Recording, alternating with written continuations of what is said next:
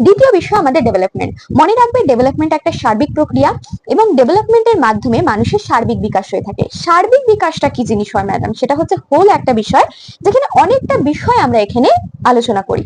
কিরকম? সেখানে আমাদের শারীরিক বিষয় থাকে, সেখানে আমাদের মানসিক বিষয় থাকে, যেখানে আমাদের মস্তিষ্ক চিন্তা করছে, সেটাকে আমরা কগনিটিভ দিক বলে থাকি।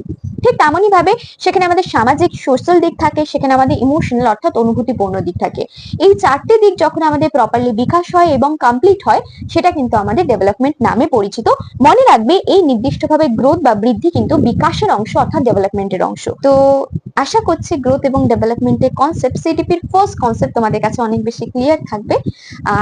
অ্যান্ড অবশ্যই ইনফরমেশন ভিডিওগুলো কেমন লাগছে এবং কতটা তোমাদের হেল্পফুল হচ্ছে অবশ্যই সেটা জানাবে। Thank you so much for joining us. আজকে ইনফরমেশন ভিডিওতে যুক্ত হওয়ার জন্য অনেক অনেক thank you. Tata bye bye, দেখা হচ্ছে নেক্সট ক্লাসে। And be yourself Anindita Ghosh. এবং অবশ্যই ইউটিউবে কিন্তু আমাদের একটা বড় ক্লাস আমরা দিয়েছি, যেখানে কিন্তু আমরা 4 থেকে 5টা মাত্র কিন্তু ক্লাসের কোয়েশ্চেন সলভ করেছি, যেটা 2023-এর সিডিপি টেটের কোয়েশ্চেন।